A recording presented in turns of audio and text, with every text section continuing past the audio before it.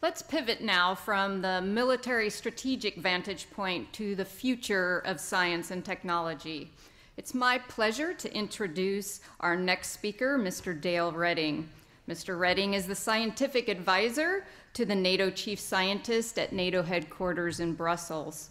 In support of the chief scientist, he is responsible for the provision of science and technology-based advice to military and civilian leaders within NATO, including the study of emerging and disruptive technology trends. Before joining NATO in 2019, Mr. Redding enjoyed a distinguished career of more than 30 years as a senior public service executive and defense scientist within the Canadian Department of National Defense. Welcome, Dale.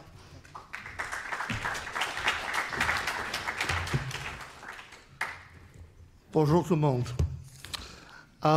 I have the pleasure today of speaking about emerging disruptive technologies and where science will be going over the next 20 years.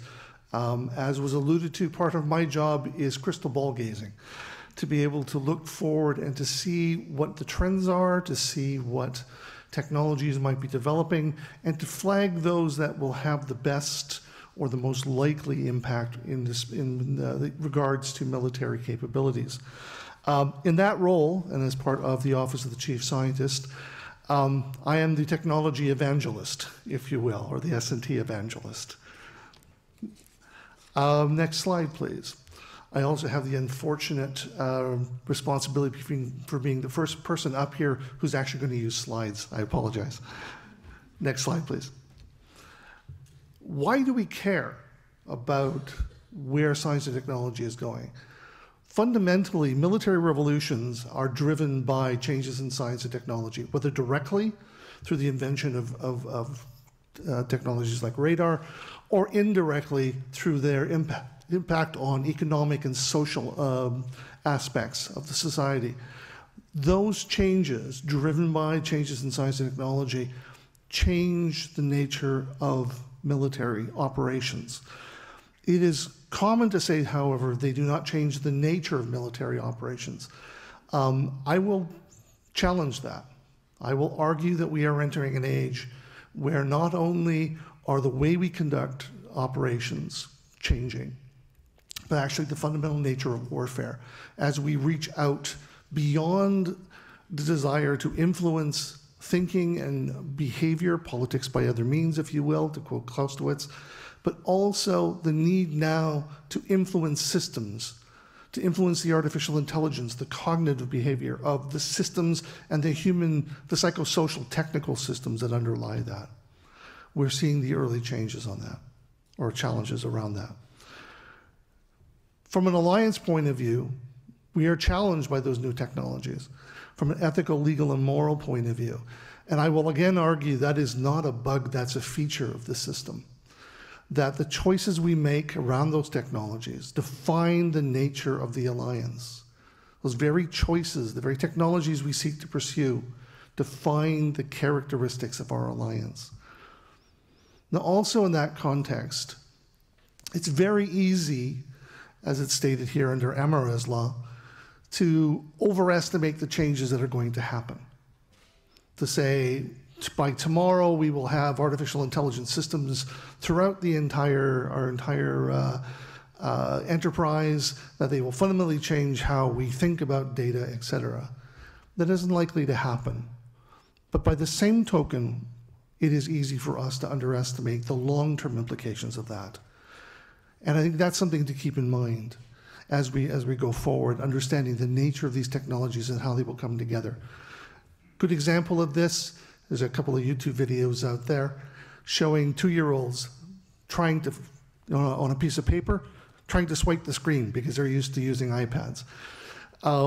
This familiarization with the technologies, that's what this development is bringing. These new people will be bringing to their understanding of how to operate in future military environments. It's that natural integration of that technology into how they think, to the point where they don't even believe that's part of the technology or technological backdrop. Next slide, please. So you say you want a military revolution. What do you need? Before we get down to the technologies, it's important to recognize that while technology is a critical driver, you need at least three other things in order to make sure that this transitions to something effective. You need a culture of innovation, a culture of sharing, a culture of challenge, but a culture that accepts reasonable risk.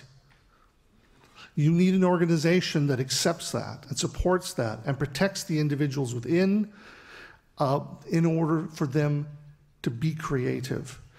And last but not least, you need the concept development and experimentation, the doctrine, the concepts that ultimately turn those technologies into military capabilities. And nothing that I've seen in terms of my reading tells me that that is going to change. That is a fundamental aspect of how you take these technologies and bring in. But it's important to recognize that it's not always just about the technology. It's about that entire system that is necessary. So it's also not necessarily about the most expensive technology. It's about the technology that ultimately can be brought to bear. And the classic example of the best technology does not always win, classic Betamax versus VHS is the quintessential example of that. But so is the iPhone. There's nothing in the original iPhone that was new, nothing. But the way it was packaged was disruptive. Next slide, please. So what are the trends? The big, broad trends before we get down into the technologies. Obviously, dual use. I would argue, actually, that military technology has always been dual use from the first moment that the first spear was used to carve a furrow in the ground and a seed was planted. But I think what's changed is while military technology has moved into the civilian sphere, we are now seeing a much greater increase in the civilian technologies moving into the military sphere.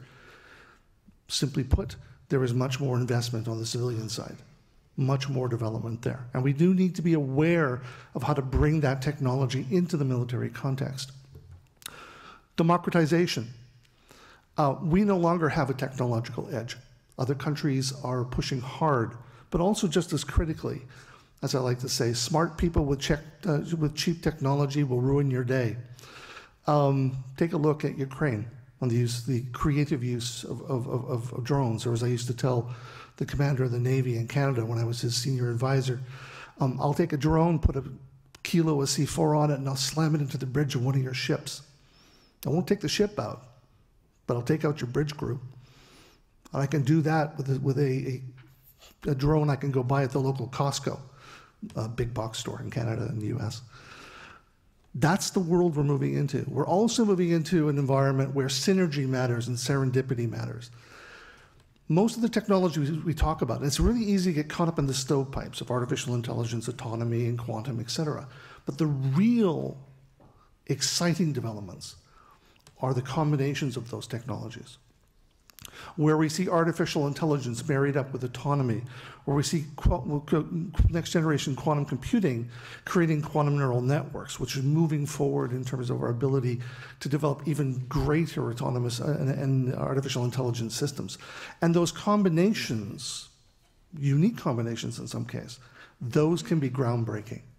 And then that's something we need to keep in mind. And sometimes it's not easy to see what those connections will be. Hence the reason why serendipity is so important.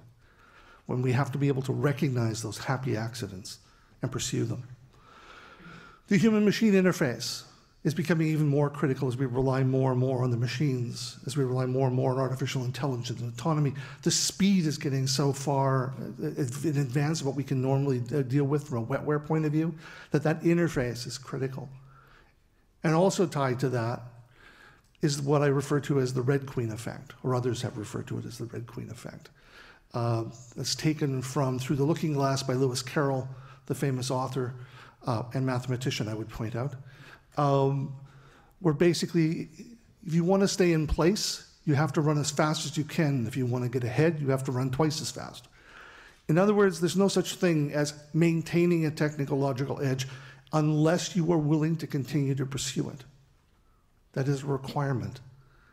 There's no such thing as saying, oh, we invested enough money, that's it, we're here. The challenge is eternal. And we have to recognize that, and we have to convince our political masters that that is necessary. Because if we don't maintain that edge, others will overcome. And if you want to see a really good example of that, go read the history of what happened between 3G, 4G, and 5G technologies with respect to China being far behind, now setting standards. Smart people will move forward if you're not willing to do so. Next slide, please. So how does this actually all come together in broader strategic trends, if you will? What I call I2D2, and I didn't touch on that, the issue of intelligent, interconnected, distributed, and digital technologies. That's the sort of characteristics that we see of technologies moving forward. Those come together on a military side to increase our ability to have intelligent, autonomous action, cognitive dominance, expanding the domain of operations, even more focus on precision effect. And for those of you who are familiar with the WDIs, you'll see the echoes of that within those as well. Those really define what the future battlefield will look like, those large characteristics. But also, we see how those technologies will come forward and enable our ability to deal with other challenges like climate change and security. Allow us to have to deal with the larger issues of competition. Again, near peer competitor and others. The increased prevalence of urban operations, pandemics. It's a joy that we're all here today because COVID-19, we've all collectively decided that COVID-19 is behind us. Although I keep hearing people talk about the fifth wave coming up. And last but not least, the importance of the sixth domain, the cognitive domain.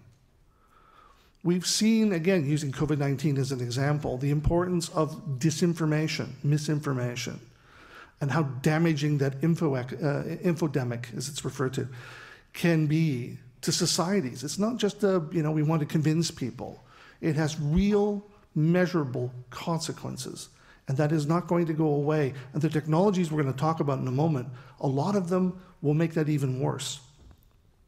So it means we do need to worry about how we operate in that cognitive domain, the potentially sixth domain of NATO. Next slide, please. This is my spider diagram, if you will, my mind map. I should point out that when you expand this, it goes down to about 5 different levels and a couple hundred different items here, but I'll just touch on these very briefly. On the left is the canonical set of EDTs. So artificial intelligence, robotics and autonomous systems, space technologies, quantum technologies, big data and advanced analytics, hypersonics, and I normally split out biotechnology and human enhancement, although they're often put together just because it's simpler. These are the canonical set of EDTs, but we've also, by virtue of our privileged platform of being scientists looking forward, have been able to introduce into the discussion within NATO headquarters the issue of at least we need to consider also the importance of energy and propulsion technologies, because they are also very important as we move forward, and novel materials and manufacturing. These are important emerging disruptive technologies that we need to start paying much more attention to. And there are others, and that is around electronics and electromagnetics, the implication of those technologies, other technologies in terms of sensors and in terms of weapons, in terms of non-kinetic and kinetic weaponry. And then obviously the broader issue of ICT, information communication technologies, which includes things like the digital backbone, which includes 6G technologies, which includes blockchain, which includes next generation supercomputers, et cetera. All these we need to keep an eye on. That doesn't mean from a NATO perspective that we need to introduce everyone to focusing on all 14 items. We within the STO have a responsibility, though, to keep a view on all of those. And that is a necessary but not even sufficient set in terms of defining the science and technology that we undertake within the STO. So just to pick up on a few points here, in terms of artificial intelligence, we see a real focus on advanced methodologies. We are starting to see the limits of artificial intelligence, and some people are arguing we're going to start entering another artificial intelligence winter. In fact, there was an interesting article this weekend around a Google engineer who declared his chatbot to be sentient and was then sent home well, I'm not sure psychiatric care, but he was sent home. Some people have argued now that's the indication of a AI winter now, that we've gotten so far ahead, so far beyond what's real that now we'll see a crash. I don't know. I will argue there will probably be another AI winter as the limitations of current systems are understood and people become disillusioned, and that's fine. But I will also tell you, as somebody who's lived through all those AI winters, that there will be another resurgence in artificial intelligence. It may take 10 years if there is another winter, but it will come back, and it will be in a way that we will forget that it's artificial intelligence.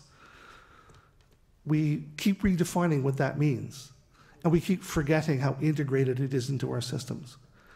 And if you want a really good example of that, take out your phone. Your focusing mechanism that's used on there uses small amounts of artificial intelligence, fuzzy logic originally, and it's much more complex than that, to determine the optimal picture.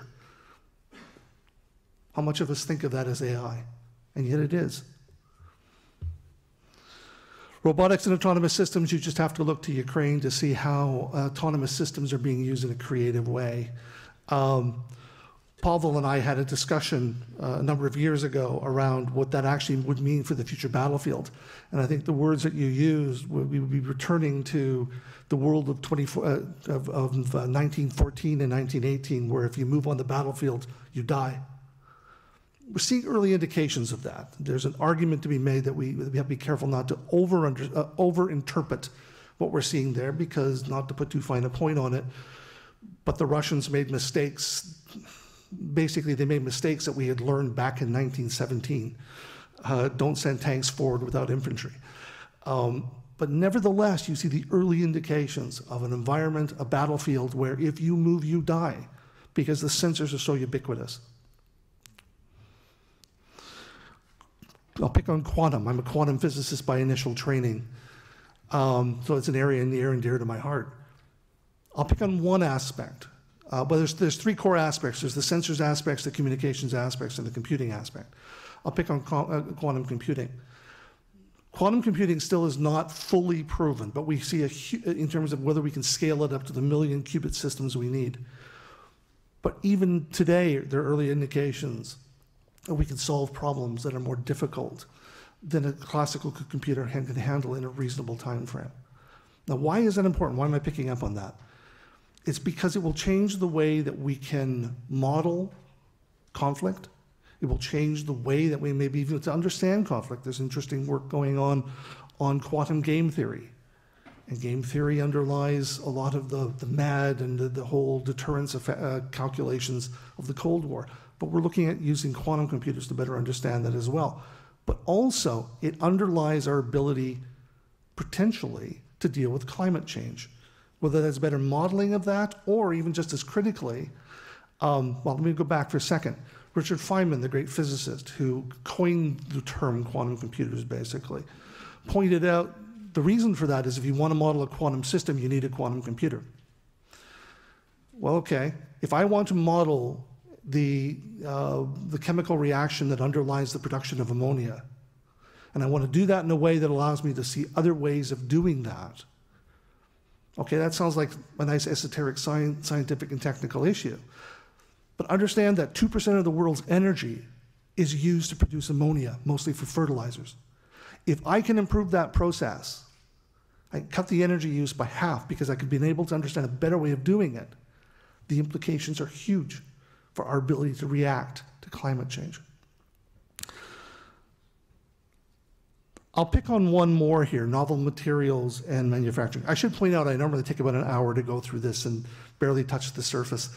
But one of the new areas that we are starting to have to look at, novel materials and manufacturing.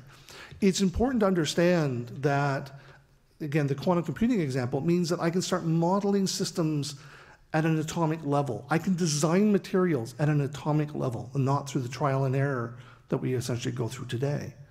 I can design it because I can understand it, because I can model it.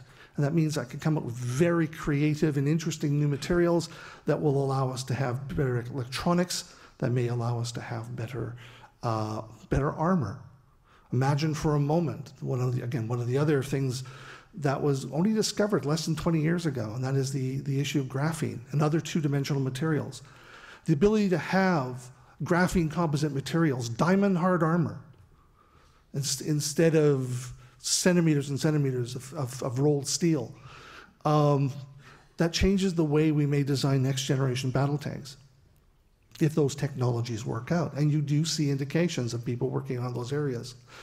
Novel materials plus the integration of things like biomanufacturing that again will allow us to be able to create materials on the spot, or 3D, 4D printing, which allows us to create materials on the spot, and that will help with our logistics and sustainability aspects. And if you want to be reminded of just how important it is to talk about logistics, take a look at Ukraine and what happens if you don't deal with your logistics and you don't deal with sustainability issues. I could go on, but I think the issue here is just to say that there are a myriad of amazing advancements across all of these 14 areas. And what's even more interesting is the cross-pollination between them.